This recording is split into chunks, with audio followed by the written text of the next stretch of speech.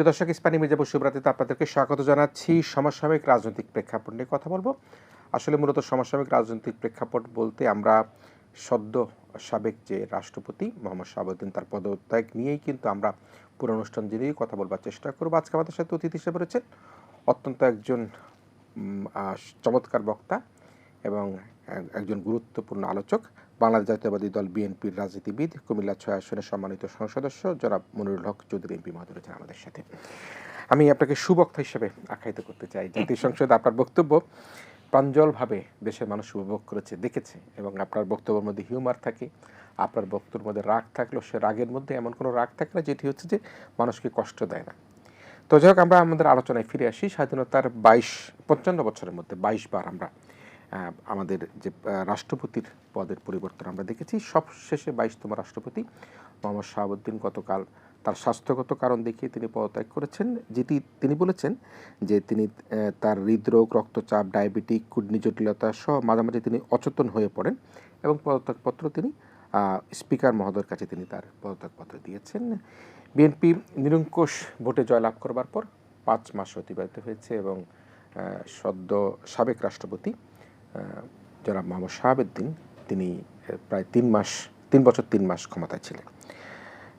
অন্তর্বর্তীকালীন সরকারের সময় তিনি পরবর্তীতে এসে বলেছেন তিনি তার মধ্যে অনেক যন্ত্রণা ছিল, বেদনা ছিল। 5 মাস পার হবার মধ্যেই এই তার পদত্যাগ নিয়ে নানা রকম গুঞ্জনের কথা শোনা হচ্ছে। তিনি নিজে স্পষ্টভাবে বলেছেন তার প্রতি কোনো চাপ ছিল না। আপনি সংসদে থাকেন, সংসদকে দেখেন, দীর্ঘদিন রাজনীতি করছেন এবং আপনি বাংলাদেশের ছাত্র রাজনীতির নেতৃত্ব প্রদান করেছেন। এই সদ্য সাবেক যে রাষ্ট্রপতির পদত্যাগ মোহাম্মদ শাহাবুদ্দিনের পদত্যাগকে আপনি একজন রাজনীতিবিদ হিসাবে এবং এই সংসদে বিপুল সংখ্যাগরিষ্ঠতা অর্জনকারী বিএনপির একজন প্রতিনিধি হিসাবে কীভাবে দেখেন? দেখুন, এই পদত্যাগ অত্যাধিক যে কয়টা স্বাভাবিক পদত্যাগ হয়েছে, এটা অত্যাধিক স্বাভাবিক পদত্যাগ, 100% স্বাভাবিক কারণে। এই জন্য যে কারণ দেখিয়ে পদত্যাগ করেছেন, এটা সাবেক রাষ্ট্রপতি শাহাবুদ্দিনের আন্তরিকতার, দেশপ্রেমের প্রতিফলন। আমি রাষ্ট্রপতি শাহাবুদ্দিনকে ছাত্র জীবন থেকে চিনি, কিন্তু এবার রাষ্ট্রপতি হওয়ার পর বিশেষ করে ফ্যাসিস্টদের বিদায়ের পরে তাদেরই নির্বাচিত বা মনোনীত রাষ্ট্রপতি শাহাবুদ্দিন যে ঐতিহাসিক ভূমিকা রেখেছেন, আজ থেকে 100 বছর পরে যখন আমরা কেউ থাকব না, রাষ্ট্রপতির ইতিহাস যখন পরিচালিত হবে, লেখকের কাছে আলোচনায়, সমালোচনায়, তখন শাহাবুদ্দিনকে একজন ঐতিহাসিক দায়িত্ববান রাষ্ট্রপতি হিসেবে ইতিহাস বিবেচিত করবে বলে আমি বিশ্বাস করি।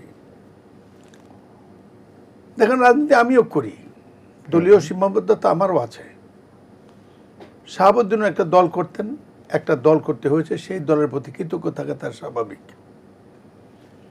কিন্তু যেদিন তার কাছে সামনে আসলো দেশ বড় না সম্পর্ক বড়, সেদিন সে পরীক্ষা উত্তীর্ণ হয়েছেন দেশ বড়। সেদিন সে পরীক্ষায় তিনি উত্তীর্ণ হয়েছেন সংবিধান বড় না আমার রাজনৈতিক সম্পর্ক বড়।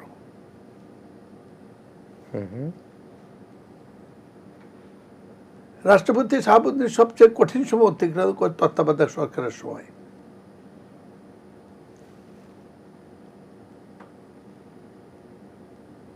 রাষ্ট্রপতির উপর যে চাপ বা যারা সেদিন আন্দোলনের সম্মুখ কাতারে ছিল বলে দাবি করেন, শুধুমাত্র বিএনপি ছাড়া যারা আন্দোলন করেছেন, করেন নাই, দেশের রাজনৈতিক প্রত্যেকেই কোনো না কোনোভাবে চাপ দিয়েছেন।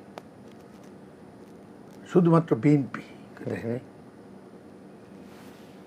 কারণ বিএনপি সাংবিধানিক রাজনীতিতে বিশ্বাস করে। অতটুকু শিক্ষা বিএনপির আছে রাষ্ট্রপতি কি করতে পারেন এবং রাষ্ট্রপতির দায়িত্ব কি।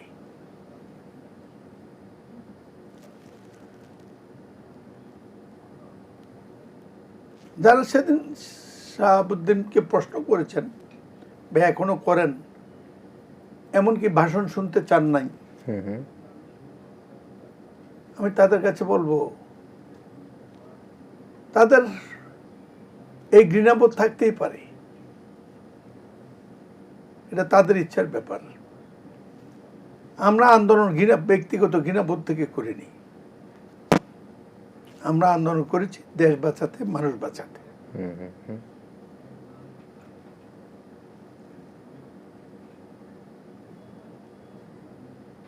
যারা ইসলামের জয়গান গান তারা এটাও জানেন ঘৃণা করতে হয় পাপীকে নয়।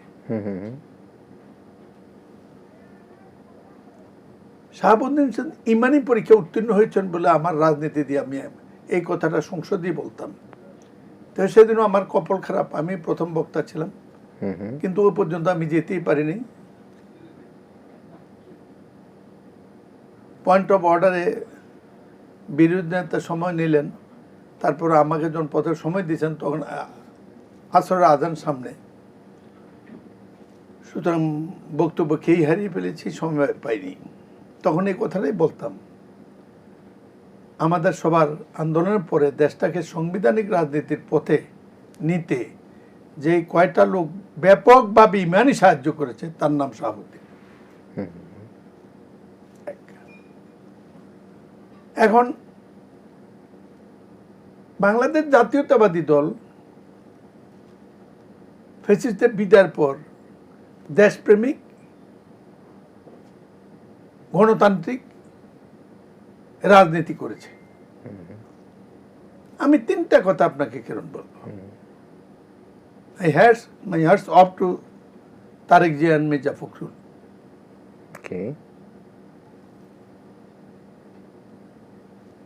এরা যখন বললো রাষ্ট্রপতির পদত্যাগ চাই, বিএনপি ছোট্ট একটি কথা বলেছে, আমরা সাংবাদিক শূন্যতা চাই না। যারা দাবি পদ করতেই পারেন, যারা দাবি করেছেন, যদি তাই করেন তাইলে তারা দুইজন স্পিকারকে অপসারণ করলেন কেন? তারা জানতেন না রাষ্ট্রপতির পদত্যাগ করতে হলে ডেপুটি স্পিকার বা deputy speaker is the only way, তার কাছে করতে হবে, নো আদার ওয়ে। তারকে একবার চিন্তা করে দেখেছিলেন? দেখেন, পদত্যাগ করলে দেশে যে সংকট হতো,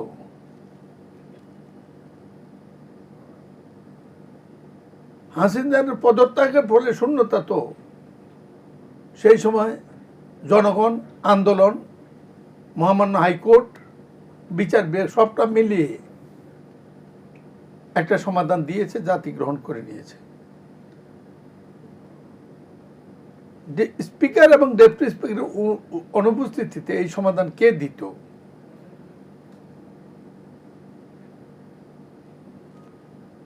সরকারবিহীন দেশ করতে চাইলে চাইতো যারা উদ্দেশ্যমূলকভাবে, তারাই এরকম দাবি জানাতে পারে, যারা অতি বিপ্লব চায়। আমি অতি বিপ্লব বলব না, সরকারবিহীন দেশ, ঠিকানাহীন দেশ। ঠিকানাহীন দেশ, এর পেছনে অনেক উদ্দেশ্য। রাষ্ট্রহীন দেশ বলব। এটা বুঝে হোক না বুঝে হোক, যারা বলেছেন তারা কনসিকুয়েন্সটা উপলব্ধি করেছেন কিনা জানি না। যদি বুঝা করে থাকেন তাহলে করেছেন, সেই হিসাবে তা এটারও একদিন বিচার হওয়ার প্রশ্ন আসবে, যদি বুঝিয়ে করে থাকেন। আমার প্রশ্ন এমন আসছে, বহুবার এই সমস্ত কথা উঠেছে, তিনি নির্মমভাবে তার কথাগুলো বলেছেন, লিখিতভাবে বলেছেন, লিখিতভাবে বলেছেন। কোনো কামপ্রেজে কোনো রূপ নেই। আমি তার এই দরখাস্তের প্রতিটি শব্দ বিশ্বাস করতে চাই। যারা বিশ্বাস করতে চান না তারা গন্ধ খুঁজেন। এই মানব জীবনে বিনা কারণে গন্ধ, এটাকে সুজবায়ু বলে গ্রাম দেশে। সুদ দেখা, এটা সুদ। এই সুদের অর্থ কি আমি জানি না, কিন্তু দেশে এই শব্দটি প্রচলিত আছে। সুদ রুগী, সব কিছুতে উশিলা দেখা, দ্বন্দ্ব দেখা, এই সমস্ত ব্যাপার। সুতরাং আমি মনে করি এটা অত্যাধিক স্বাভাবিক। কিন্তু এখানে কয়েকটি বিষয় এখানে প্রসঙ্গে এসছে, যে বলা হচ্ছে যে লন্ডনে তিনি অবস্থানকালে তিনি পতিত পলাতক প্রধানমন্ত্রীর সাথে তিনি কথা বলাতেই তার ভাগ্যের নির্মমে পরিহাস হয়েছে কিনা। যদিও তিনি গণমাধ্যমকে বলেছে এটি অসত্য কথা, কিন্তু বাজার এটি এক ধরনের কেউ না কেউ চালু করেছে। এটিকে আপনি কীভাবে দেখেন? আমি আপনাকে এই কথা বলতে চাই, একজন রাষ্ট্রপতির কথাও যদি আমরা বিশ্বাস না করি যে চলে যাবে, সে থাকার জন্য যদি কোনো উসিলা করতে হতো এটা ধরতাম। সে চলে গেছে, তারপর এইটাকে কথা বানানোর অর্থটা কোথায়? এই কথা কোত্থেকে আসলো? এই কথা করতে হবে তারাই জানে যারা আবিষ্কার করে, দেশের সংকট সৃষ্টির জন্য আবিষ্কার করা। বাংলাদেশ জাতীয়তাবাদী দল বিএনপি ক্ষমতায়,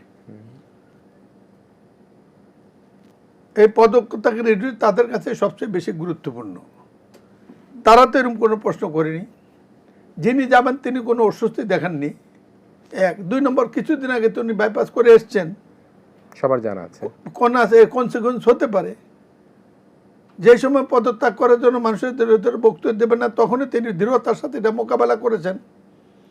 বিএনপি বিশ্বাস করেছে রাষ্ট্রপতির সংকটের সংবাদে শুনতে হবে, এই একটি কথা।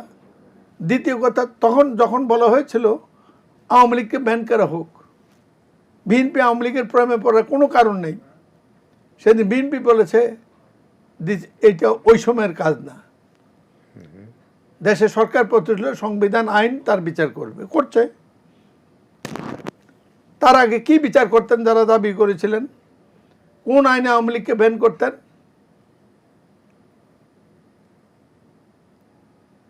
তাও তো শাহাবুদ্দিনের কাছে যেতে হতো একটা অর্ডিন্যান্স করার জন্য। সুতরাং দুইটি কাজ বিএনপি সেদিন করে। তৃতীয়ত আরেকটি কথা চরমভাবে বলেছেন আজকে, বিক্রি। সেটা হলো যখন বলেছেন মুক্তিযুদ্ধ হয়েছে কিনা আমরা দেখবো পরে, হিসাব করে ইতিহাসে লেখা থাকবে, আমরা লিখে রাখবো। যারা এই কথা মুক্তিযুদ্ধ সম্পর্কে বলেছিলেন, একটাই যুদ্ধ হয়েছে 24শে জুলাই,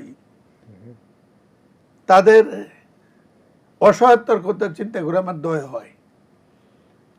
আজকে I am sure including Jamaat Islam have come to the sense যে মুক্তিযুদ্ধ সত্য, মুক্তিযুদ্ধ ইতিহাস, মুক্তিযুদ্ধই মানতে হবে, মুক্তিযুদ্ধই বাংলাদেশ। ওইটা মুক্তিযুদ্ধ, এটা মুক্তির লড়াই। মুক্তিযুদ্ধ মুক্তির লড়াই, চমৎকার। দুইটাকে এক করলে তো হবে না, এই লড়াই ভবিষ্যতে হবে। তার মানে আরেকটা মুক্তিযুদ্ধ হবে না, মুক্তিযুদ্ধ একটাই। যারা মুক্তিযুদ্ধকে জুলাই দিয়ে কভার করতে চেয়েছিলেন, ইতিহাসকে করে লিখে রাখতেন, তাদের নাবালকত্ব দেখে আমার মায়া হয়। বিএনপি সেদিন এই তিনটি জিনিস ধৈর্যের সাথে মোকাবেলা করেছে। তার পরিবর্তে নির্বাচন, একটি নির্বাচিত সাংবিধানিক দেশ। দেশ খুব ভালো হয়ে গেছে কিন্তু আমি এখনো বলবো না, কিন্তু এটা সত্য, দেশ সংবিধানের মধ্যে নতুন যাত্রা করেছে। কিন্তু এখন এখানে অনেকে প্রশ্ন তুলছে, তিনি যাতে পালিয়ে যেতে না পারেন, তাকে আইনের মুখোমুখি করতে হবে। কেউ কেউ প্রশ্ন তুলছেন, আমি অনেকে না বলে যারা প্রশ্ন তুলেছেন তাদের অসহায়ত্ব এবং তাদের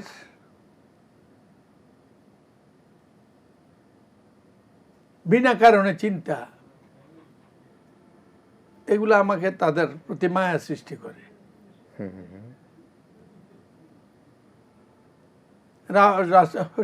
চিকিৎসার জন্য তখন গেছেন, তখন থেকে গেলে কি হতো, তাকে আশ্রয় দেওয়ার লোকের কম হতো না, দেশের ইজ্জতটা যেত। কি যে বলেন, মানুষকে ছোট করার চেষ্টা করা এটা রাজনীতি না। আমি জানি আমাদের অনেকে আছেন একজনকে ছোট করতে পারলে খুব খুশি হন। আমি আবারও বলবো এই দিন না, আরও দিন আছে। নিশ্চয়ই। আমরা এবার একটা প্রসঙ্গে আসি। আমরা এই শাহাবুদ্দিনের পদত্যাগ নিয়ে আবারও আসবো, সদ্য সাবেক রাষ্ট্রপতি পদত্যাগ নিয়ে আবার আসবো। আমরা ভারপ্রাপ্ত রাষ্ট্রপতি মেজর হাফিজ উদ্দিন, তিনি স্পিকার ছিলেন, একজন অবসরপ্রাপ্ত সামরিক কর্মকর্তা, রাজনীতিবিদ, রণাঙ্গনে বীর মুক্তিযোদ্ধা, এবং খালেদা জিয়ার মন্ত্রিসভায় মন্ত্রী প্রতিমন্ত্রী হিসেবে তিনি দায়িত্ব গ্রহণ করেছিলেন এবং ভোলা ৩ আসন থেকে 7বার তিনি নির্বাচিত হয়েছেন। 6বার পর 7বার নির্বাচিত হয়েছেন। মেজর হাফিজ একজন ফুটবল বড় তারকা ছিলেন।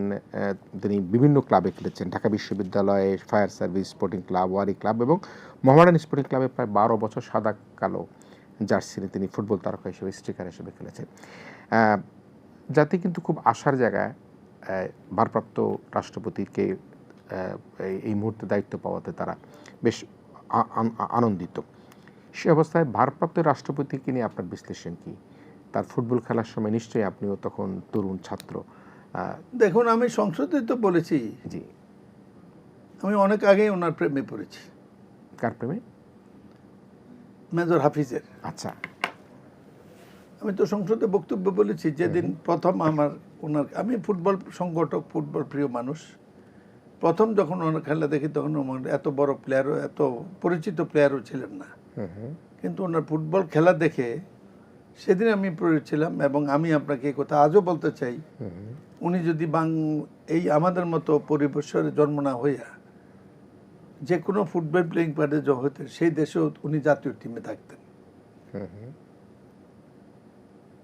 খেলোয়াড় হিসেবে। শুধু এক খেলায় ওনার 100 মিটার স্প্রিন্ট, এটা তো দেখার মতো। পাকিস্তানে ফার্স্ট হয়েছেন। আচ্ছা, পাকিস্তান ফুটবল দলে উনি খেলেছেন। বাংলাদেশ থেকে যখন 2-3 চান্স পায় তখন মেজর হাফিজ সবসময় চান্স পায়। আর্মি টিমে he was the best, one of the best possible product of army team. সুতরাং আপনি এক জায়গায় কথা না, দুটা না। সুতরাং ফুটবল খেলার তুলনায় মেজর হাফিজের তুলনা মেজর হাফিজই। আপনি খানিক আগে বলছিলেন যে যখন এই সাংবিধানিক শূন্যতা নিয়ে রাষ্ট্রপতি পদত্যাগ, অন্তর্বর্তীকালীন সরকারের কথা বলছিলাম, 3 দিন 4 দিন কোনো সরকার ছিল না। পরবর্তীতে সবাই কিন্তু আমরা আইনের দ্বারস্থ হলো এবং সেখান থেকেই রাষ্ট্রপতি শাহাবুদ্দিন তার দায়িত্বভার সেখানে গ্রহণ করলেন। আপনি বলছিলেন যে মাননীয় প্রধানমন্ত্রী, তখন তিনি প্রধানমন্ত্রী ছিলেন না, মাননীয় প্রধানমন্ত্রী বিএনপির ভারপ্রাপ্ত চেয়ারম্যান হিসেবে ছিলেন জনাব তারেক রহমান এবং মির্জা ফখরুল ইসলাম আলমগীর বিএনপির মহাসচিব। তাকে আপনি সেলিউট জানাচ্ছেন, কারণ তাদের বিচক্ষণতার কারণের জন্য দেশ এই ধরনের একটা উত্তরনতি ঘটেছে। সেই জায়গাটাকে একটু বিশ্লেষণ করবেন কিনা, তখন কি ঘটেছিল, কি করবার চেষ্টা করেছিল এবং দুই নেতা কিভাবে দেশকে রক্ষা করেছে? কথাটা হলো, কেউ কেউ চেয়েছে, আমি যতটুকু শুনেছি, বিপ্লবী সরকার প্রতিষ্ঠা করতে। আচ্ছা, বাট দেশে বিপ্লব হয়নি। বিপ্লব বলার জন্য বিপ্লব করার ব্যাপার, বিপ্লব দেখার ব্যাপার না, বিপ্লব সংগঠিত হওয়ার ব্যাপার। বিপ্লবের আগ এবং পর আছে। আর এখনকার যে আগ পর, এটা হলো স্বাভাবিক, সাংবিধানিক।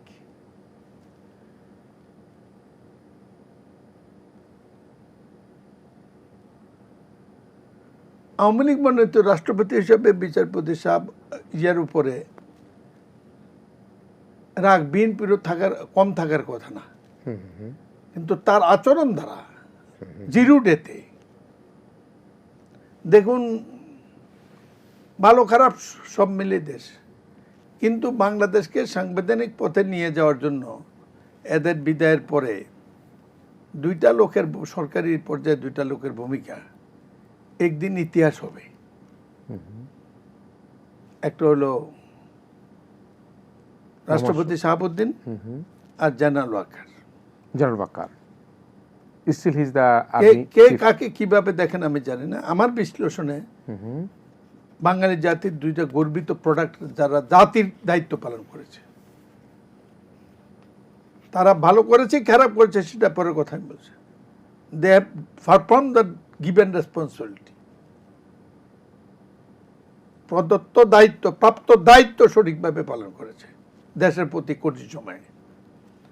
আর বিএনপির অতীত নিয়ে কে কিতা বলবেন জানি না, ভবিষ্যতে বিএনপি কোথায় গিয়ে দাঁড়াবে জানি না।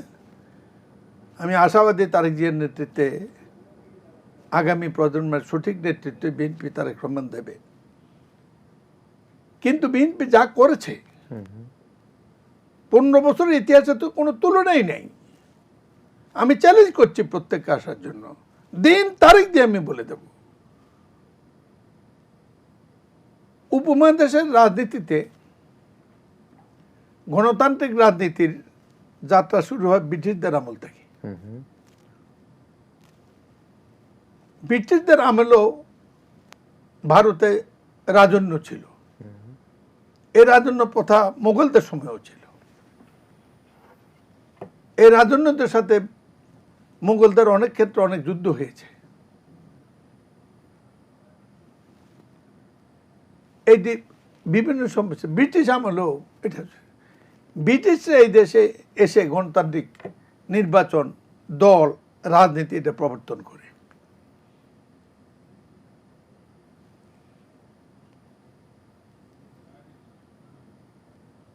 ব্রিটিশ আমল থেকে শুরু করে পরে ব্রিটিশ বিরোধী লড়াইয়ের ইতিহাস যদি সবটা পর্যবেক্ষণ করেন, আবাল বৃদ্ধ জনিতা, আবাল বৃদ্ধ জনতা, সর্বোপরি মেধাবী শ্রেণী, শিক্ষিত শ্রেণী, ধনী শ্রেণী,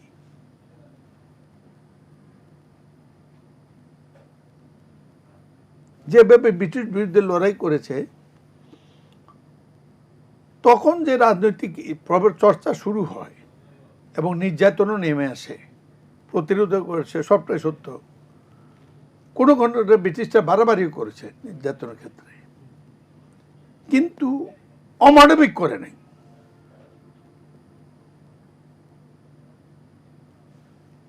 সেটার প্রমাণ আমার কাছে তেমন কিছু নাই।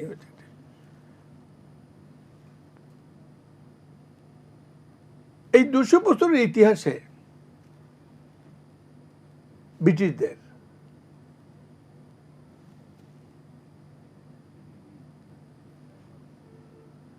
বিএনপির উপর যে নির্যাতন হয়েছে তার পরিমাণ এর চেয়ে ব্রিটিশদের চেয়ে আন্দোলনের বেশি। গত 15 বছর বা 16 বছরে যেটা কোন রাজনৈতিক দলের প্রতি এই ধরনের নির্যাতন, কোন দেশে দেখেছেন একটা দলের নেতা কর্মীদের মধ্যে 1 লক্ষ মামলা? কোন দেশে, কোন আমলে দেখেছেন? নেহরু বলেন, গান্ধী বলেন, সুভাষ বোস বলেন, তখন ব্রিটিশ বিরোধী আন্দোলনের নেতারা হিন্দু, মুসলমান, বৌদ্ধ, খ্রিস্টান সব মিলেই একজন নেতার নাম দেখেন ব্রিটিশরা তার নামে 10টা মামলা দিয়েছে। মির্জা ফখরুলের নামে মামলা হয়েছে 1 লক্ষ। 100 কত জানি, 100 কত, 100। আমাদের যুবদল নেতা আছে কয়েকজন, তাদের নামে প্রায় কাছাকাছি সময়ে। তারেক রহমান দেশে ছিলেন না, দলের কোনো পদধারী ছিলেন না, তেমন আন্দোলনের সামনের কাতারে ভূমিকা রাখারও সুযোগ হয়নি। তাকে যে নির্যাতন করেছে,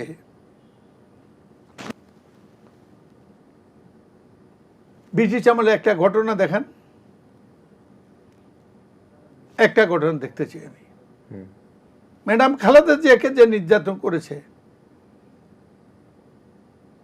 3 কোটি টাকার মামলা, টাকাও তার চ্যারিটেবল ট্রাস্ট, ওনাদের family, Zia charitable trust. Zia charitable কোথায় একটু আইনভঙ্গ হয়েছে, সেটার জন্য একটা মামলা সাজাতে হলো। 3 মাসের মধ্যে হাইকোর্টে এটা কমা মাফ করতে গেল। সবার জানাচ্ছে হাইকোর্টে গেলে রিলিফ পাওয়া যাবে, সেটা বেড়ে গেল। এবং ম্যাডাম নিজে জেলে ঢুকলেন। বাংলাদেশে নিজে নিজে জেলে ঢুকার প্রমাণ নাই। যিনি আপন ছলতলে লাশ বহন করতে পারেন নাই, যিনি এক লোন কনফাইনমেন্টে হয়েছেন, জেলের মধ্যে একটা স্টেজ আছে, সবচেয়ে খারাপ হল লোন কনফাইনমেন্ট, সেটি ম্যাডাম ভোগ করেছেন। এইগুলো উল্লেখ করে আমি কথাটাই বলতে চাই, তারপরে বিএনপিকে বলা হয় আন্দোলন করে নাই। এত নির্যাতনের পরে তারেক রহমান সব জানতেন। এই তারেক রহমান যখন দেশে আসলেন, প্রত্যেকে বলেছিল আজকে আগুন ঝরবে বক্তব্যে। একটি নাম কোনো দলের, কোনো ব্যক্তির, প্রশাসনের কারণে নেই। তারেক রহমানকে যারা নির্যাতন করেছে তিনি তাদের নাম জানেন না? বলেন নাই তো? তাদের বিরুদ্ধে মামলা করতে পারতেন তো। সুতরাং এই সব কিছু মিলেই বিএনপি সেদিন যে জাতীয় দায়িত্ব পালন করেছে, আজকেও সেটা করছে। এখানে কোনো কিছু দেখান নাই।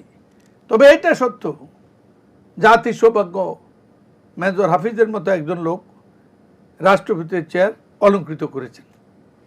হাফিজ ভাইয়েরও আবার একই, মেজর হাফিজেরও আবার একই কথা, তিনিও সৌভাগ্যবান। তার করা মুক্তিযুদ্ধের শেষ তিনি সর্বোচ্চ পদে আসীন হয়েছেন। দুইটাই পারস্পরিক। ব্যক্তিগত আমি খুশি, কিন্তু এই জন্য তিনি যে কারণে যার পদত্যাগে হয়েছেন তাকে ছোট বাবারও কোনো কারণ নেই। He has done his duty like anything. রোজ হাসানের মাঠে সাক্ষী দাঁড়িয়ে বলবো, যদি আমাকে কোনোদিন জিজ্ঞেস করে, আমি বলবো শাহাবুদ্দিন তার প্রাপ্ত দায়িত্ব দেশ জাতি জনগণের জন্য নির্বিঘ্নে পালন করেছে। সে কোন দল থেকে নির্বাচিত হয়েছে, তারা কি চায়, তারা কি খুশি না খুশি, সেদিকে তাকায় নেই। সেই জন্য সে দেশপ্রেমিক, একজন দেশপ্রেমিক সফল রাষ্ট্রপতি। ইতিহাসে তার নাম ওইভাবে থাকবে। জি, আমরা একটা বিরতি নিতে চাই। আপনি সেনাপ্রধানের কথা বলেছেন, ওয়াকারুজ্জামানের কথা বলেছেন, এবং সে সময় নিশ্চয়ই আপনারা তো একদম সে সময় এমন একটা অবস্থা ছিল, জীবন মৃত্যুর সন্ধিক্ষণে ছিলেন, কিন্তু ওয়াকারুজ্জামান যে সিদ্ধান্ত গ্রহণ করেছেন, তিনি ছাত্রদের বুকে বা ছাত্র জনতার বুকে গুলি চালাবেন না, যে সিদ্ধান্ত নিয়ে দেশকে রক্ষা করেছেন, এবং সে রক্ষার কথা কিন্তু আজকে আপনি আবার উল্লেখ করেছেন। এবং আপনি আরেকটা উল্লেখযোগ্য কথা বলেছিলেন যে মরহুমা বেগম খালেদা জিয়াকে কীভাবে কষ্ট দিয়ে তাকে তিলে তিলে জেলখানা রাখা হয়েছে, সেখানে তার সেই ছোট্ট যেখানে জেলখানা, সেখানকার মধ্যে তেলাপোকা ছিল, ইঁদুর ছিল, ইফতারি দেওয়া হতো না, ম্যাথোটিক্স নামক একটা ওষুধ দিয়ে তাকে হত্যা করার মতো একটা সামিল করা হয়েছে। সব কিছু মিলিয়ে কিন্তু বিএনপির উপর যে নির্যাতন, যে নিপীড়ন, সেই নিপীড়নের কথা আপনি তুলে ধরেছেন। আমরা অভিনন্দন জানাই আজকের আপনার এই অনুষ্ঠানের মধ্যে দিয়ে ভারপ্রাপ্ত রাষ্ট্রপতি হাফিজউদ্দিনকে, এবং আমরা অভিনন্দন জানাই জনাব তারেক রহমানকে, তার বিচক্ষণতা, তার দলের বিচক্ষণতা। আমরা মির্জা ফখরুল ইসলাম আলমগীর, বাংলাদেশের একজন ত্যাগী নেতার মধ্যে অন্যতম ত্যাগী নেতা। আমার মনে আছে প্রেস ক্লাবে যখন তাকে এক রাত বা দুদিন আটকে রাখা হয়, তিনি তখন সেখান থেকে তাকে জোর করে যখন পুলিশের হাতে তুলে দেওয়া হয়, সেই কথা কিন্তু এখন আমার মনে আছে। সো আপনি দুজন ব্যক্তির কথা বলেছেন, আমরা দুজন ব্যক্তির আলোচনা নিয়ে আসবো এবং আমরা শুনবার চেষ্টা করব। যদি এটি এখন আমরা জানতে পারবো না, এটি সরকার প্রধান বা আপনার সবাই সিদ্ধান্ত নেবেন রাষ্ট্রপতি কে হবে বা কীভাবে রাষ্ট্রপতি হবে, কবে হবে, সে বিষয়ে আমরা আলোচনায় ফিরব। প্রিয় দর্শক, আমরা ইস্পানী মির্জাপুর শুভরাতে একটা বিরতি নিতে চাই। আমাদের সাথে আলোচ্য হিসেবে রয়েছেন কুমিল্লা 6 আসনের সম্মানিত সংসদ সদস্য জনাব মনিরুল হক চৌধুরী এমপি। আমরা একই আলোচনায় অল্প কিছুক্ষণ পর ছোট্ট বিরতি নিয়ে আবার কিছুক্ষণের মধ্যে আপনাদের কাছে ফিরে আসছি।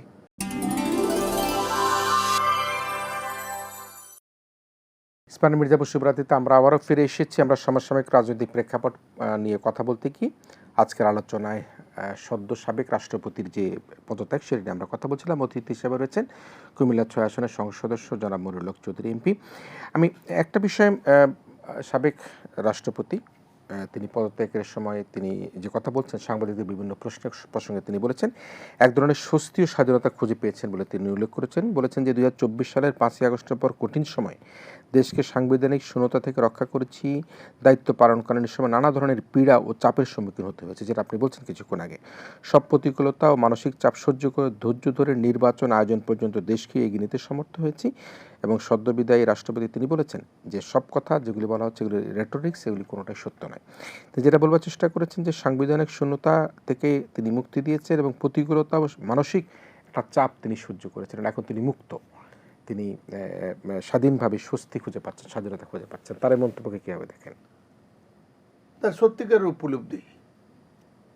I congratulate him, he is a successful president. এটা আমার পার্সোনাল ওপিনিয়ন। আমার দল তাকে রাষ্ট্রপতি হিসেবে দেখেছে, তার রাজনৈতিক অতীত দেখে নাই। সেখানে আমার দল অসন্তুষ্ট কথা নয়। আমরা তাকে নিঃসংকোচিত্তে রাষ্ট্রপতি হিসেবে নির্বিঘ্নে দায়িত্ব পালনের জন্য দল হিসেবে আমাদের দায়িত্ব আমরা পালন করেছি আগে পরে। সুতরাং আমাদের তার প্রতি অন্য কোনো ধারণা নেই। তিনি সফল এবং অসুস্থ অবস্থা তিনি নিয়েছেন, এই যে স্বীকার করেছেন, এটাও তার গ্রেটনেস। আর এই ক্ষেত্রে যার দ্বারা রিপ্লেস হয়েছে, জাতি গর্বিত এই জন্য তিনি একজন ভালো ফুটবলার, 7 বার এটা কথা না। আপনি কি জানেন কত বড় মুক্তিযোদ্ধা?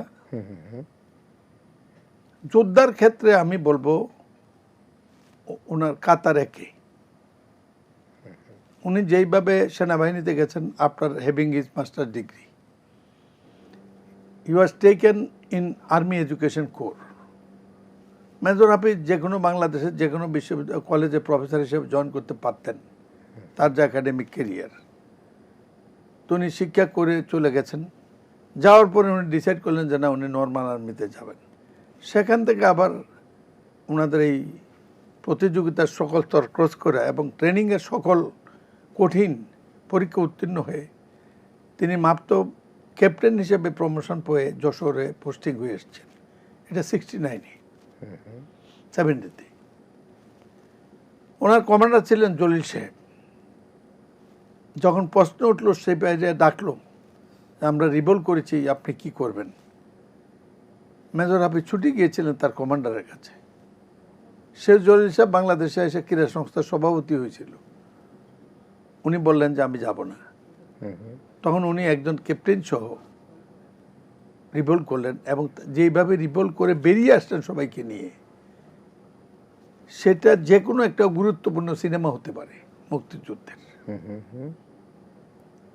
Major Hafiz is a very discipline man, he is a very honest man, তিনি straight man, character integrity highest of the order. জ্ঞানী মানুষ, লেখাপড়া জানেন, ইংরেজি বলেন, বাংলা বলেন, মিনিমাম আরবি বলেন, মিনিমাম চলনসই সবটাতে আছে, এবং ইংরেজি অনেকের চেয়ে স্ট্যান্ডার্ড।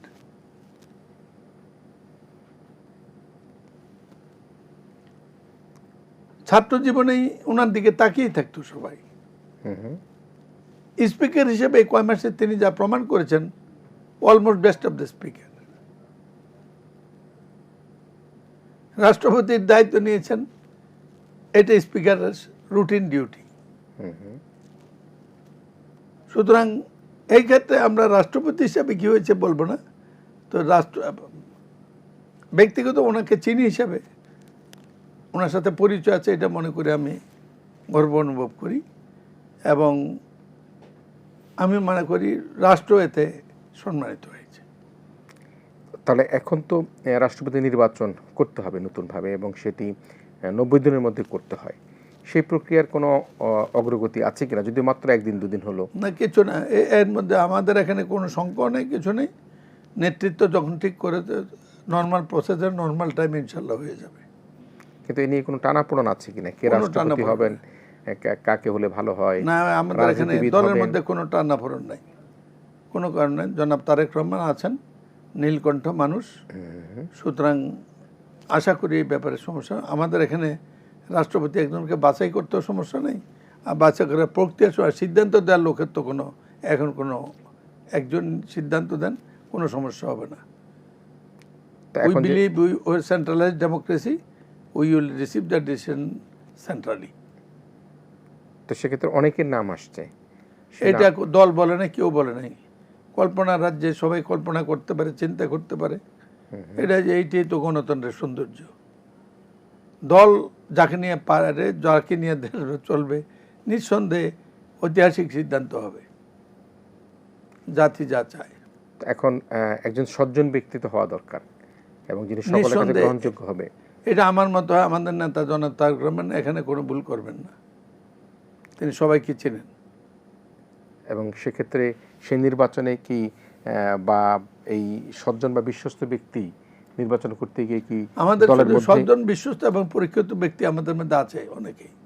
আচ্ছা, এর মধ্যে জনাব তারেক রহমান নিঃসন্দেহে সবচেয়ে উত্তমটাকেই বেছে নেবেন। এতে আপনাদের সমর্থন থাকবে? নিঃসন্দেহে। কোনো বিভাজন? অসম্ভব, মনক্ষুণ্ণ? অসম্ভব। ব্যক্তিগতভাবে কেউ মনে হতে পারে, এটা কিছু আসে যায় না। একটু মন খুশি হওয়া যেমন ব্যাপার, মনক্ষুণ্ণ ওইটার অংশ। কোনো সুপারিশ আছে কি আপনার? না, জিজ্ঞেস করলে কানে কানে বলবো। মাননীয় প্রধানমন্ত্রীকে? হ্যাঁ, যদি উনি তো সিদ্ধান্ত করতে, জিজ্ঞেস করলে কানে কানে বলবো। মনস্থির করেছেন? এটা অলরেডি ডিসাইডেড। যে কানে কানে কার নাম বলবেন? হ্যাঁ। তাকে কি আমরা সবাই চিনি? নিঃসন্দেহে সবাই চিনবেন, উনি তো লুকিয়ে নেই। নাম তো বলা যাবে না? না, এটা উচিত না। উচিত না, তিনি বিব্রত হতে পারেন। জনাব তারেক রহমান যাকে দেবেন তিনি আমাদের প্রেসিডেন্ট। কিন্তু আমরা অনেক সময় দেখি যে এমন ব্যক্তিকে রাষ্ট্রপতি করা হয়েছে, দুই একবারের কথা বলছি, যিনি রাষ্ট্রের গুরুত্বপূর্ণ সিদ্ধান্ত গ্রহণ করবার ক্ষেত্রে তিনি দেখুন তারেক রহমান হাসিনা নয়, আর আমরা রাষ্ট্রপতিকে ওইভাবে চাইও না। জাতি যাকে সম্মানের আসনে বসাবে, বসানোর মতো আছে তারই হবে। রাষ্ট্রপতির নির্বাহী ক্ষমতা আছে, রাষ্ট্রপতি ক্ষমতা আছে, রাষ্ট্রপতি সম্মানীয় ব্যক্তি হবে, এটাই মানুষের প্রত্যাশা। সেক্ষেত্রে আমি মনে করি যাতে আশা পূরণ হবে। তো ওই অবস্থায় এখন জামাত এবং এনসিপি তারা যে একটা মিশ্র প্রতিক্রিয়া দিবার চেষ্টা করছেন, বলবার চেষ্টা করছেন বা বলছেন যে সদ্য যে সাবেক রাষ্ট্রপতি তাকে নিয়ে নানা রকম কথা বলছেন, এবং আমি তারা মনে বলছেন করি যে- না তারা রাষ্ট্রপতি শাহাবুদ্দিনের প্রতি সুবিচার করছেন। ডিসিশন তো তাদের, তারা রাষ্ট্রপতির প্রতি সুবিচার করছেন এটা আমি মনে করব না। এরকম একটা পরিস্থিতি স্বাধীনতার পরে হয়েছিল। জাসদ কিছুই বিশ্বাস করতো না, কিছুই মানত না। পরে জাসদের কি হলো? জাসদ তো এখন কোথায় আছে আপনি জানেন। জাসদের মূল শক্তি ছিল নোয়াখালী, সেখানে তো আপনি নোয়াখালীর বাসিন্দা, খুঁজে দেখেন, আসম আব্দুর রবের এলাকা। খুঁজে দেখেন। আপনি বলছিলেন জাসদ নাই দেশও নাই, কি এরকম একটা কথা সংসদে বলেছেন? দেশও গেছে। দেশও গেছে। সেদিন যদি মুক্তিযোদ্ধাদের মধ্যে বিভাজন না হতো, দেশ এত সে নিয়ে আরেকদিন আলোচনা করেন, নম্বর দিয়ে বলে দেবো কোনটা কোনটা ভুলে আছে। তাহলে জনাব তারেক রহমান তার প্রয়াত শহীদ রাষ্ট্রপতি জিয়াউর রহমান এবং তার মা মরমা খালেদা জিয়ার কথা, যেটা আমরা সবসময় স্মরণ করি, এবং আপনি বলছিলেন যে প্রতিহিংসা রাজনীতি তিনি করেন না কখনো, এবং তিনি যখন বাংলাদেশে আমি আপনাকে একটা কথা বলি, কেন ম্যাডাম কি কোনো সময় একটি বার বঙ্গবন্ধু সম্পর্কে বা মুক্তিযুদ্ধ সম্পর্কে বা কার সম্পর্কে যেটা জাতির প্রত্যাশার বাইরে কোনো মন্তব্য কারণে করেছেন?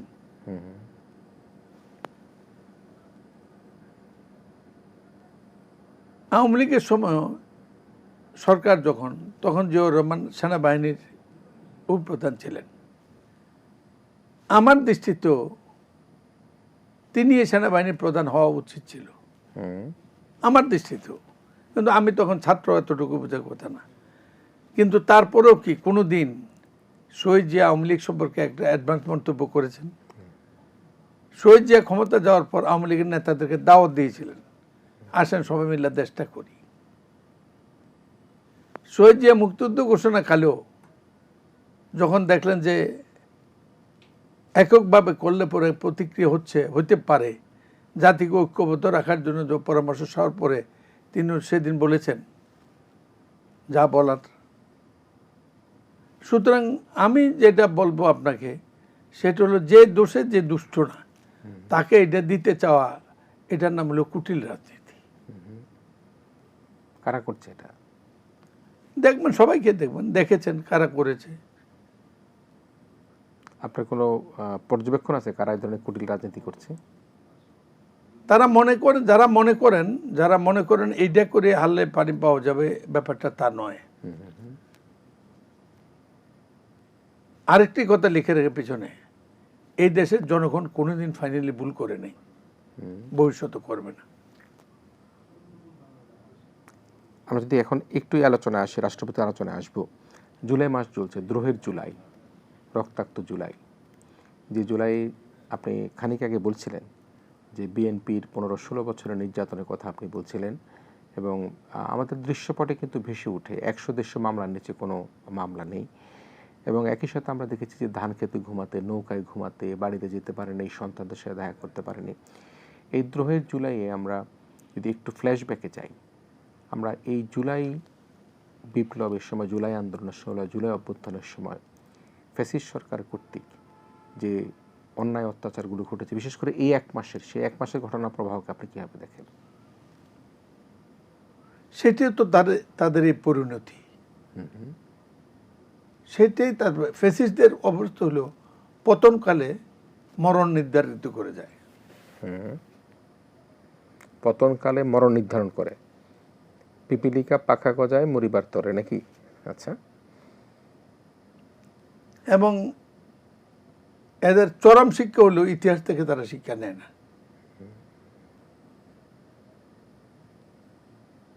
এইটাই ফ্যাসিস্টদের অন্যতম ক্যারেক্টারিস্টিক্স।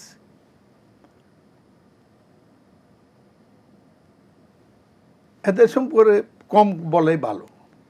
তবে জুলাই যোদ্ধাদেরকে আমি শ্রদ্ধা জানাই। তাদের মধ্যে একটা অমিত সম্ভাবনা ছিল, যেটা ইতিমধ্যে তারাই নষ্ট করে ফেলেছে। এখনো সময় আছে। তারা যদি দেড় জাতি অবিলম্বেই অচিরেই দিতে হবে ক্ষমতা, আল্লাহ যখন নির্ধারণ করে, জনগণ যখন চায় তখন নিলে আমি বিশ্বাস করি তাদের মধ্যে অনেক প্রতিভাবান আছে। কিন্তু দুর্ভাগ্য তারা অনেককে ধরে রাখতে পারেনি।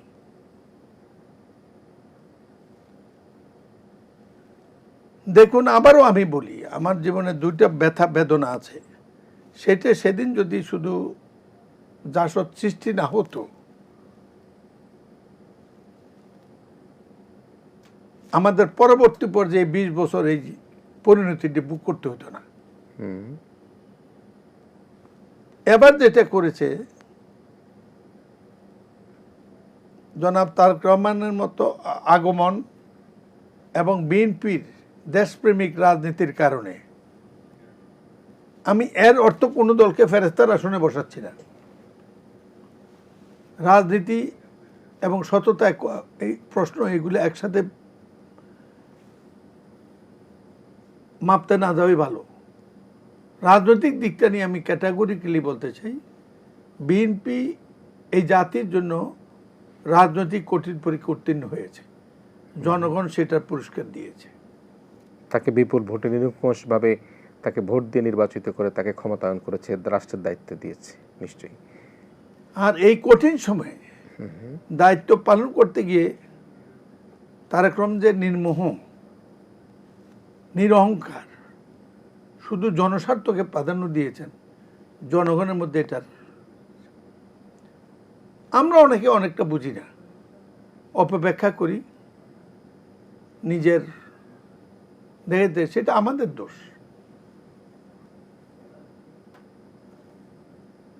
এবং এটা যতটুকু সম্ভব নিয়ন্ত্রণের চেষ্টা করছেন। আমি বিশ্বাস করি বিএনপি দেশ পরিচালনায় একটা ঐতিহাসিক সফলতা পাবে। This is the first government প্রথম থেকে গ্রাউন্ড লেভেল অ্যাড্রেস করার চেষ্টা করছে।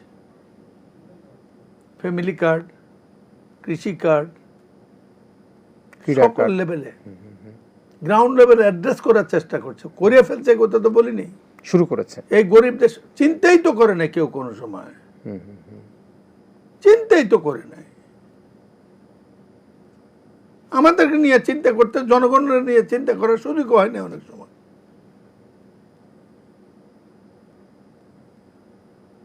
আমরা কি কঠিন অবস্থা আছে একদিন আরেকদিন শুনেন। নিশ্চয়ই আমরা শুনবো। আমি আরেকটা বিরতি, শেষ বিরতি যাই। বিরতির পর আবার আপনার কাছে শুনবার চেষ্টা করব, যেহেতু নতুন রাষ্ট্রপতির অপেক্ষায় আছে দেশ। আমরা তার আগে আবার একটু শুনবার চেষ্টা করব যে গত কিছুদিন আগে রয়টার্সের সাথে সাক্ষাৎকারে পতিত সাবেক প্রধানমন্ত্রী তিনি বাংলাদেশে ফিরে আসবেন বলেছেন। আপনার রাজনৈতিক বিচক্ষণতা থেকে সেই ফিরে আসেনি আপনার কাছ থেকে সেই কথাগুলো শুনবার চেষ্টা করব। প্রিয় দর্শক, আমরা ইস্পানি মির্জা শুভরাত্রির তারা শেষ বিরতি নিচ্ছি। বিরতির পর আবারও আমাদের প্রিয় অতিথি অত্যন্ত সুবক্তা মোহাম্মদ নুরুল হক চৌধুরী এমপি মহোদয়কে নিয়ে আমরা শেষ বিরতির পর ইস্পানি মির্জা শুভরাত্রিতে অল্প কিছুক্ষণের মধ্যে আবার ফিরে আসছি।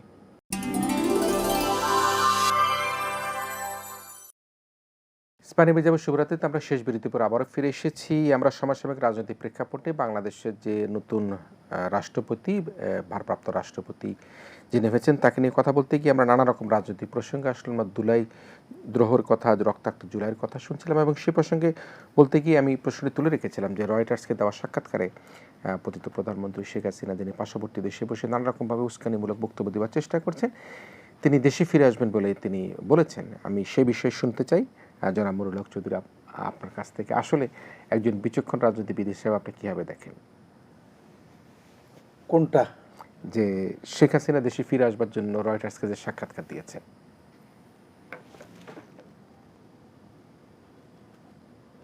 উনি জনপ্রতিক্রিয়া দেখছেন। জনপ্রতিক্রিয়া, ওনার কাছে তথ্য আছে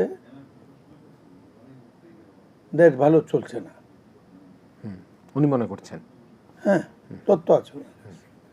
উনি মনে করছেন, সুতরাং দেখতে চাইছেন।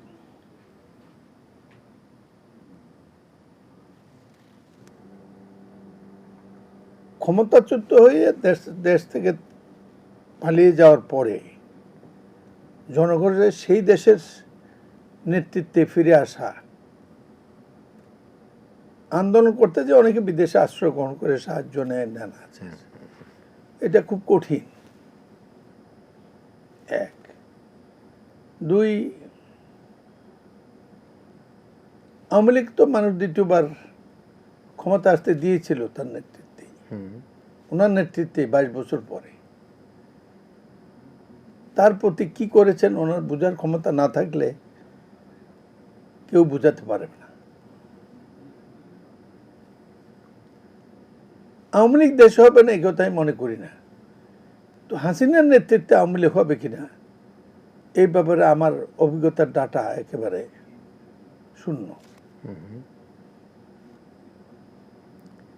তিনি বলছেন যে তিনি দেশ শেষে বিচারের মুখোমুখি হবেন এবং এই বিচার ব্যবস্থাকে তিনি বলছেন যে এটি বিচার তো হয়ে আছে অলরেডি, সঠিক বিচার হচ্ছে না বলছিলেন উনি। বিচার তো একটা হয়ে আছে আপাতত। তিনি বিচার ব্যবস্থা নিয়ে, এই বিচার নিয়ে প্রশ্ন তুলেছেন। এই বিচার ব্যবস্থা নিয়ে প্রশ্ন তুললে তো বিচার ব্যবস্থা 15 বছর তো আসবে। একদিনে এক কথা হচ্ছে, মানুষ কি দেখছে বিচার ব্যবস্থা জান না। 5 বছর সাজা নিয়ে গেছে, 7 বছর করে দিলেন। যেই টাকা এখনো অ্যাকাউন্টে আছে হইলো 3 কোটি টাকার উপর, 2 কোটি টাকা, 3 কোটি টাকা এখন অ্যাকাউন্টে আছে 12 কোটি টাকা। সেই মামলায় দেশের 3 বারের প্রধানমন্ত্রী, যিনি জীবনে নির্বাচিত পরাজিত হন না, দিয়ে আসতেন, মনিরুল চৌধুরীর নামে কোনো মামলা ছিল না। মনিরুল চৌধুরী ওনার বিয়ের ফান্ডফুল নিয়ে গেছেন। কার বিয়ের ফান্ডফুল? শেখ হাসিনার। আচ্ছা, ওনার বাসা থেকে ফালনুর ওয়াজেদ ভাইয়ের বাসা, যে একজন তখন বঙ্গবন্ধু জেলে, আওয়ামী লীগের সব নেতারা জেলে, মাসের মধ্যে ওনার এক মামা সহ, চাচাতো মামা সহ, রাজাক বিন আমি সহ ওয়াজেদ ভাইয়ের বাসা গেছি ফানফুল নিয়ে। বিয়ের ফান্ডফুল? জি। আচ্ছা, এটা উনিও জান না, বেগম মুজিব জানতেন। তিনি আমাকে চিনেন, আমি কত ঘনিষ্ঠ ছিলাম। বড় পদ আমার কোন দিন আমি কোনোদিন সুবিধাও নেইনি। মুক্তিযুদ্ধের পরে আমি একটা বাড়ি, এক কাঠা জমিও নেইনি, আমি একটা চাকরিও নেইনি। আমি এখনো ঢাকা থাকি, বউর বাড়িতে,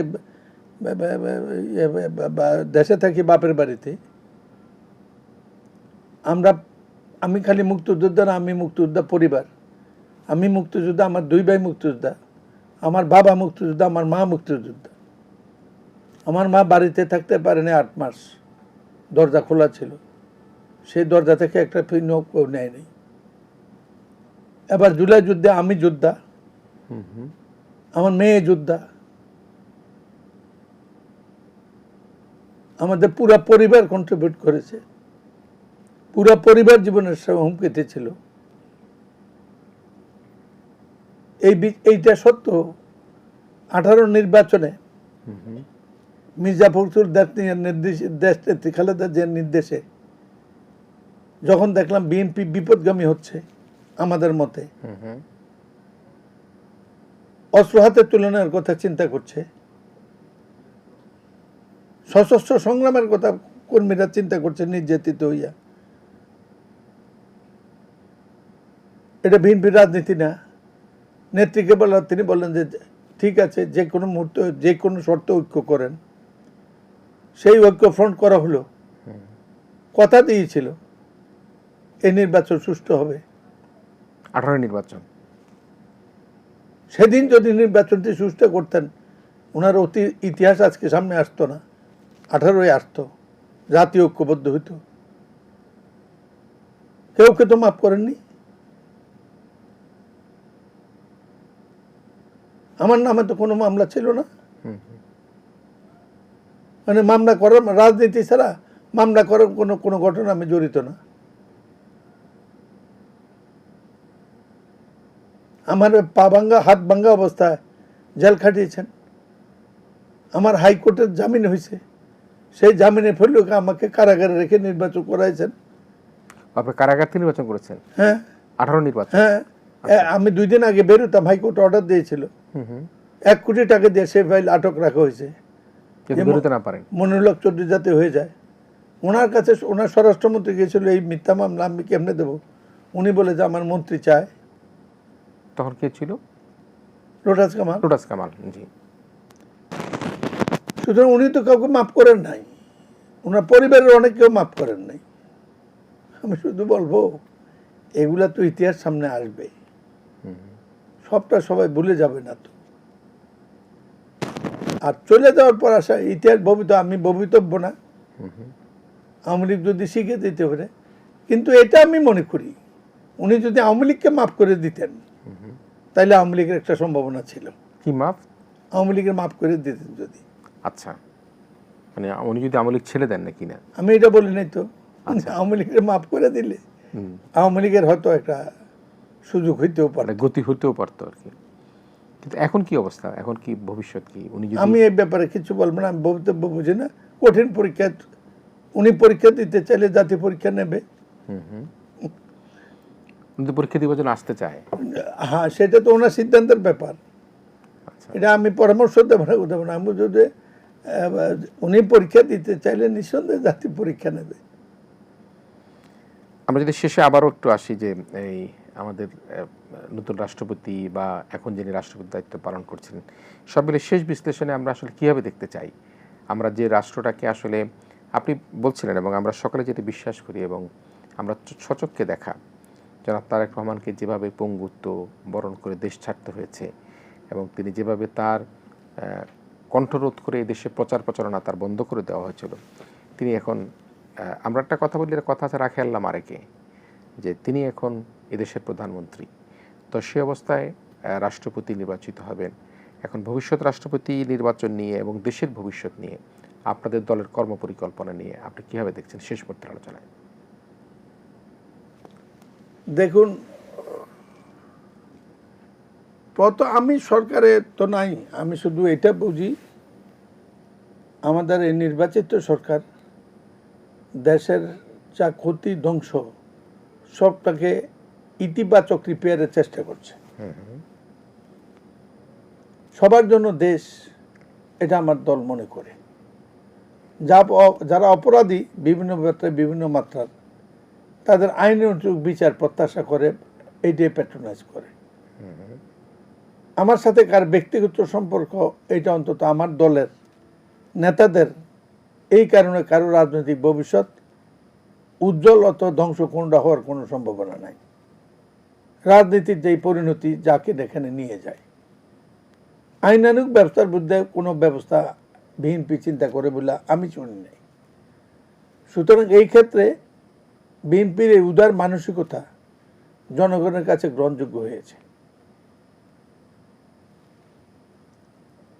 আর এইটার ভিত্তিতে আমরা যদি দেশের জনগণের যে 15-20 বছর যে সংকট, আর্থিক দুরবস্থা যেটা আছে, এটা যদি কাভার করে উঠতে পারে এবং যেভাবে জনাব তারেক রহমান গণমুখী কার্যক্রম দিয়েই তার দিনটা কাটান, তিনি যেইভাবে একেবারে নির্মোহভাবে চলেন, আমি এই উপহারদের পৃথিবীতে কেউ এরকম নির্মোহ দেখতে দেখি নেই। আমি মুসলিম জগতের নির্মোহদের সম্পর্কে আমি তার সাথে তুলনা করবো না, অদ্ভুত দেখাই না, কিন্তু আমি মনে করি উনি সেই সময়ের একজন ট্রু ফলোয়ার। অতটুকু হতে পারবেন কি পারবেন না জানি না, সেটার জন্য আমরা না, আমি শুধু বলবো যে উনি নির্মোহ এবং নজরটা জনগণের দিকে। মানুষের ভালোবাসা শিখতে হোক তিনি, এটা আমরা চাই এবং আমরা চাই যে মাননীয় প্রধানমন্ত্রী সবচেয়ে ভালো হলো উনি বর্তমান জেনারেশনকে, ইয়ং জেনারেশনকে ক্যারি করছেন, তারুণ্যকে গুরুত্ব দিচ্ছেন, তিনি ক্যারি করছেন। ক্যারি করছেন। I had been to school today, আমাদের 5ই আগস্টের প্রস্তুতি উপলক্ষে একটা রিহার্সালে গিয়েছিলাম। Kiran, I invite you to be with us on Okay, 5th. so right, it will be a great pleasure for me. You see a program. Inshallah. ইনশাআল্লাহ 5ই আমরা August, গ্রামে তৈরি করছি, মেয়েরা তৈরি করছে, স্কুলের মেয়েরা। 5ই আগস্ট নিমন্ত্রণ আমি পেয়ে গেলাম। কেন্দ্রে দিয়েছি আমার বাবার করা একটা স্কুলে গিয়ে। দেখুন লেখাপড়া গ্রামে গিয়েছে, সবার কাছে যায় না, এটা হলো খারাপটা আর কি। গিয়েছে, গ্রামে গিয়েছে। গ্রামের মেয়েরা 5ই আগস্টে যেভাবে তারা একটা প্রোগ্রাম ডিজাইন করছে, কারণ ভার্চুয়ালি আমি স্টেজে বসে কেঁদেছি। তখন এদেরকে বলছে তোমরা আমাদেরকে 5ই আগস্টে একটা প্রোগ্রাম করে দাও। তো 5ই আগস্টের প্রোগ্রামের প্রস্তুতি আজকে আসার আগে আমার জাস্ট ওদের রিহার্সালটা দেখেছে। রিহার্সালের কিছু অংশ দেখেছি, আজকে আবার কেঁদেছি। নিশ্চয়ই, শুভকামনা থাকলো। সুতরাং এদেরকে ক্যারি করছেন, এদেরকে যেহেতু ক্যারি করছেন, আর এই দেশে মুরব্বীরা মনে করে তারেক রহমান আদবওয়ালা একটা লোক। আমাদের দেশের মুরব্বীরা আদবকে খুব কদর করে। নিশ্চয়ই নিশ্চয়ই। প্রিয় দর্শক, আমরা শুভকামনা থাকলো। হ্যাঁ, বর্তমান প্রধানমন্ত্রী জনাব তারেক রহমান, ভবিষ্যৎ রাষ্ট্রপতি যিনি হবেন তার প্রতি আমাদের আগাম অভিনন্দন থাকলো, এবং ভারপ্রাপ্ত রাষ্ট্রপতি হিসাবে মেজর হাফিজ যিনি স্পিকারের দায়িত্ব পালন করছেন তার প্রতি আমাদের শুভকামনা থাকলো। তবে দেশটা ভালো থাকুক, এই দেশটা আমাদের সবার। আমরা অতীত ইতিহাস থেকে আমাদের শিক্ষা গ্রহণ করে যেভাবে এদেশ থেকে একটা শোষণের রাজনীতি করে একটি দলের নেতা কর্মীদের অনেকে এই দেশ থেকে পালিয়ে গেছে, ভবিষ্যৎ রাজনীতিতে আমরা এটা দেখতে চাই না। আমরা মনে করি জনাব তারেক রহমান এবং তার দল যেটি বুকে ধারণ করে সেটাতে সবার আগে বাংলাদেশ, যে স্লোগানে বাংলাদেশকে এগিয়ে নিয়ে যাওয়ার প্রত্যয় ব্যক্ত করছেন, যে চেষ্টা করছেন, সেই চেষ্টার সাথে দেশের মানুষও আছে, দেশের মানুষের সম্পৃক্ত আছে, এবং সেই সম্পৃক্ততার মধ্যে দিয়ে আমরা মনে করি এই দ্রোহের জুলাই, রক্তের জুলাই, রক্তাক্ত জুলাইয়ের মধ্যে দিয়ে আমরা আগামীতে বাংলাদেশকে যাতে আর কোনো রকমভাবে ফ্যাসিস্টের আগমন না ঘটে সেই প্রত্যাশা রাখি। অত্যন্ত সুবক্তা, সুআলোচক, আমার অত্যন্ত শ্রদ্ধাভাজন ব্যক্তিত্ব, যিনি কুমিল্লা 6 আসনের মাননীয় সংসদ সদস্য জনাব মনিরুল হক চৌধুরী এমপি মহোদয় আজকে আমাদের সাথে ছিলেন। আপনাকে দারুণভাবে ধন্যবাদ জানিয়ে ধন্যবাদ আপনাকে। আমাদের আজকের ইস্পাহানি মির্জা শুভরাত্রি এখানে শেষ করছি। প্রিয় দর্শক, আপনারা ভালো থাকবেন, সবাই মিলে ভীষণ ভালো থাকবেন।